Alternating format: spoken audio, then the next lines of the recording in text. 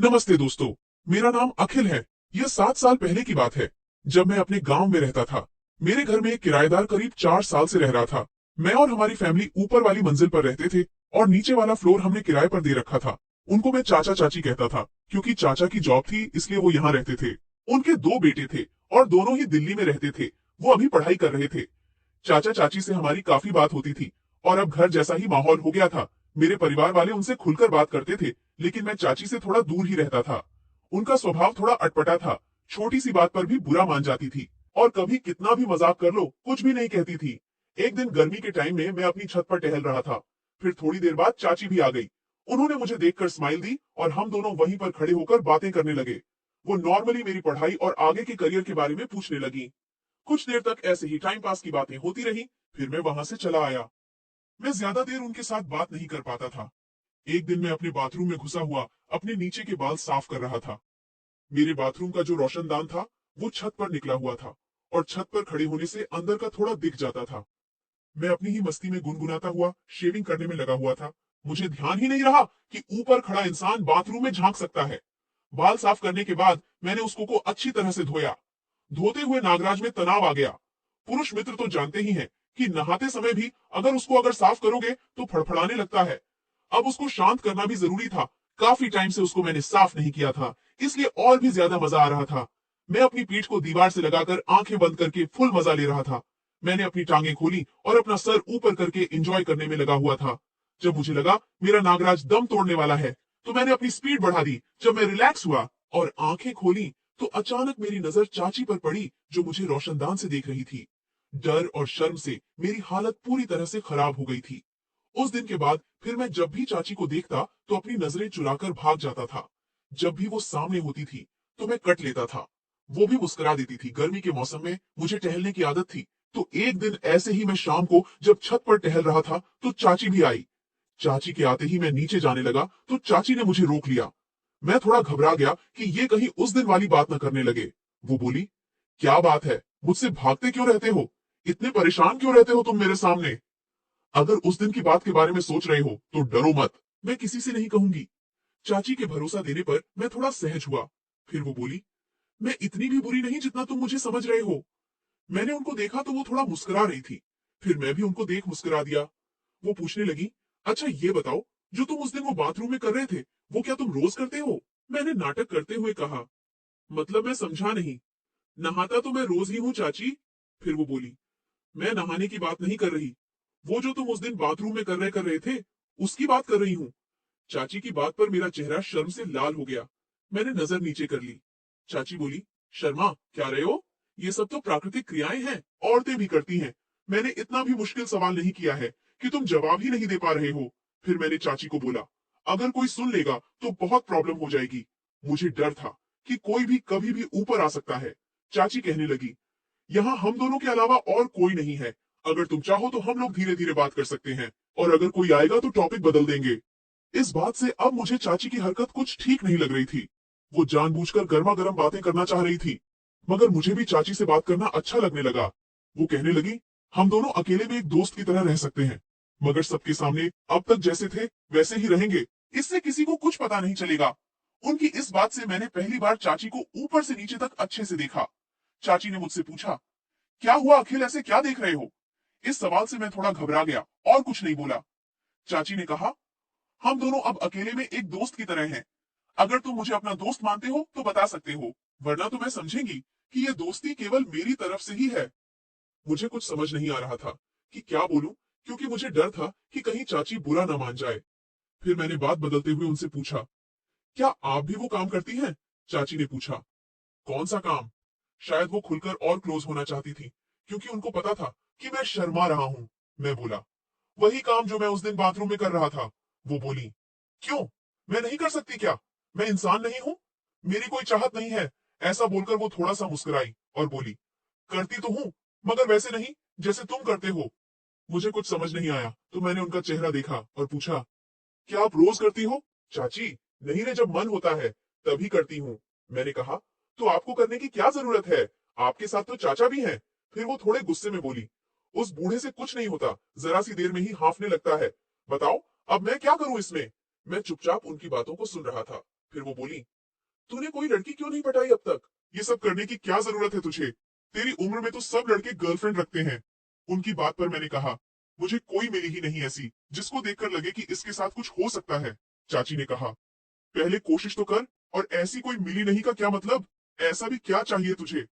अब तक हम दोनों काफी खुल चुके थे, तो मैंने कह दिया, मुझे गंदी वाली काम पसंद है। फिर चाची ने पूछा, गंदी वाली मतलब? मैंने कहा, रहने दो, आप नहीं समझोगी। मेरी इस बात पर चाची गुस्सा हो गई और बोली, साले, तुझसे ज्यादा गर्मी मेरे अंदर है। तेरा नागराज से जितना जहर निकलता है ना, उतना तो मेरी गुफा में हर वक्त रहता है। नहीं बताना चाहता है तो मत बता, मगर ये मत बोल कि मैं नहीं समझेंगी। मैंने कहा, ऐसी बात नहीं है चाची, मुझे तो लगा कि आप गुस्सा हो जाओगी और फिर पता नहीं आप मेरे बारे में क्या सोचोगी। चाची बोली, अगर तूने नहीं बताया तो पक्का मैं गुस्सा हो जाऊंगी। फिर मैंने बता ही दिया और बोला, मुझे गंदी तरह से पसंद है, मतलब कि किसी तरह की कोई शर्म नहीं हो गाली देते हुए। चाची ने कहा, इसमें बुरा मानने वाली क्या बात है? सबकी अपनी अपनी पसंद होती है। मैंने चाची से पूछा, आपको कैसा पसंद है? उसने मुस्कुराते हुए कहा, जैसे मेरे दोस्त को पसंद है वैसे ही, मगर मेरी तो किस्मत ही खराब है कि ऐसा दोस्त कभी मिला ही नहीं। उनकी इस बात से मुझे लगा कि शायद ये मेरे से काम करवा सकती हैं। फिर मैंने थोड़ा सोचा और हिम्मत करके कहा, अगर आप चाहो तो हम दोनों एक दूसरे की मदद कर सकते हैं और एक दूसरे के लिए कुछ ऐसा कर सकते हैं जैसा कि हम दोनों को ही पसंद है। मेरी इस बात पर उसने मेरी तरफ देखा और पूछा, क्या मतलब है तेरा? मैंने कहा, जो कमी आपकी जिंदगी में है वही कमी मेरी भी जिंदगी में है, और जैसे आपको पसंद है मुझे भी वैसे ही पसंद है, तो शायद हम दोनों एक दूसरे की इस कमी को पूरा कर सकते हैं। मेरी इस बात पर उसने मुस्कुराते हुए कहा, तुम मुझे चाची कहते हो और अपनी चाची के साथ ये काम करना चाहते हो? आपको पता नहीं चाची कि आप क्या चीज हो। इन गर्मा गर्म बातों से चाची की सांसें थोड़ी भारी होने लगी। मैं समझ गया कि चाची के अंदर बहुत आग है। अब मैंने सोचा कि क्यों ना इनको बातों से और ज्यादा गर्म किया जाए। मैं बोला, चाची, मैं आपको बहुत प्यार करना चाहता हूँ, आपके हर अंग से खेलना चाहता हूँ, आपके साथ मिलकर काम करना चाहता हूँ। चाची मेरे पूरे बदन को देखने लगी। उनकी नजर मेरे चिकने नागराज की ओर चली गई थी। वो बोली, बस करो, मेरे अंदर की आग को मत बढ़ाओ। मगर मैं इस मौके को अब हाथ से नहीं जाने देना चाहता था। तभी चाची ने अचानक से मेरा हाथ पकड़ा और बोली, बस करो। फिर वो बोलकर नीचे जाने लगी और जाते हुए उसने पीछे पलट के मुझे मुस्कुराकर देखा और नीचे अपने रूम में चली गई। मैं समझ गया कि अब मौका मिलते ही चाची मुझसे जल्दी ही काम करवा लेगी। थोड़ी देर छत पर टहलने के बाद मैं भी अपने रूम में चला गया। चाची से बात करते हुए मेरा नागराज अंगड़ाई लेने लगा था। अब मैं करता भी क्या, अपने नागराज को शांत करने के लिए मैं उसको प्यार शांत करने लगे और आंखें बंद करके चाची के साथ हुई बातों को याद करके खुद को शांत करने लगा। उसके बाद मैंने थोड़ी देर आराम किया। मुझे सामान लेने बाजार जाना था। फिर मैं उठा और बाजार चला गया। अब मेरे मन में चाची के ही ख्याल आ रहे थे। मैं यही सोच रहा था कि चाची अपनी गर्मी को कब शांत करने देगी। एक दिन मैं ऐसे ही चाची के रूम में गया तो चाचा ऑफिस चले गए थे और चाची नहा कर आई थी। वो उस वक्त अपने बालों को सुखा रही थी। देखने में एकदम से कयामत लग रही थी। और फिर उस वक्त उनको अकेली पाकर मुझसे रुका न गया। मैंने पीछे से जाकर उनको बाहों में कस लिया और आम खाते हुए अपनी ओर घुमा लिया। घुमाते ही मैंने सीधे उनके होठों पर होंठ रख दिए। वो एकदम से सकपका गई और पीछे हटकर बोली, क्या कर रहे हो? मैं फिर से आगे बढ़ा और चाची को बाहों में लेकर बोला, आज मत रोको चाची, मैं आपका दीवाना हो चुका हूँ। बस एक बार ये काम करने दो। वो बोली, ये सब गलत है।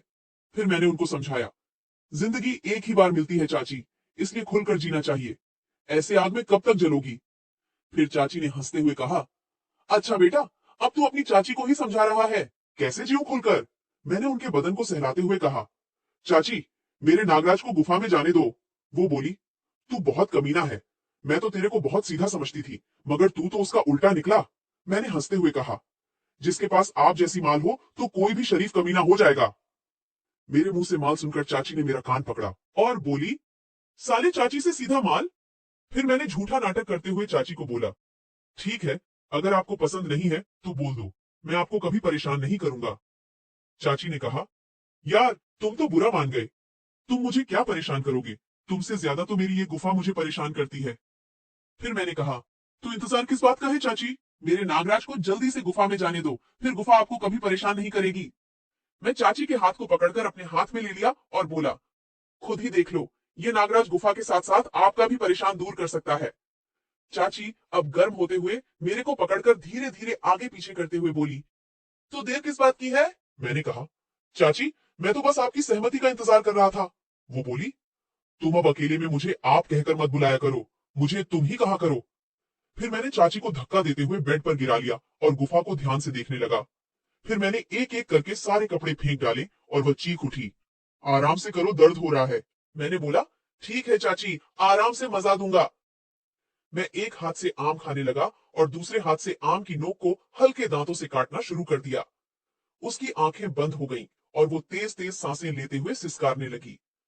आम खाते हुए जब मैं धीरे धीरे नीचे आया तो देखा कि गुफा तो पूरी तरह से झाड़ी से भर चुकी थी। अब मुझे सब्र नहीं हो रहा था।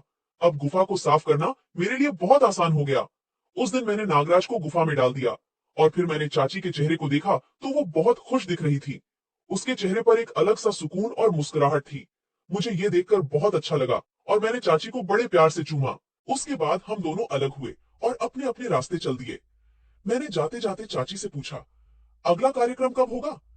चाची मुस्कुराकर बोली, जब तू चाहेगा। यह सुनकर मेरा दिल अंदर से झूम उठा। अब जब भी मुझे मौका मिलता है तो मैं चाची के रूम में चला जाता हूँ। दरअसल शादीशुदा औरत के साथ काम करना आसान और मजा ही कुछ और आता है, क्योंकि वो लोग को पहले से पता होता है। दोस्तों, ये कहानी आप लोगों को कैसी लगी कमेंट बॉक्स में जरूर बताएं। अगर कहानी अच्छी लगे तो चैनल को सब्सक्राइब और वीडियो को लाइक करना ना भूलें। आप लोग मुझे ऐसे ही सपोर्ट करते रहे और अपना प्यार बनाए रखें। धन्यवाद।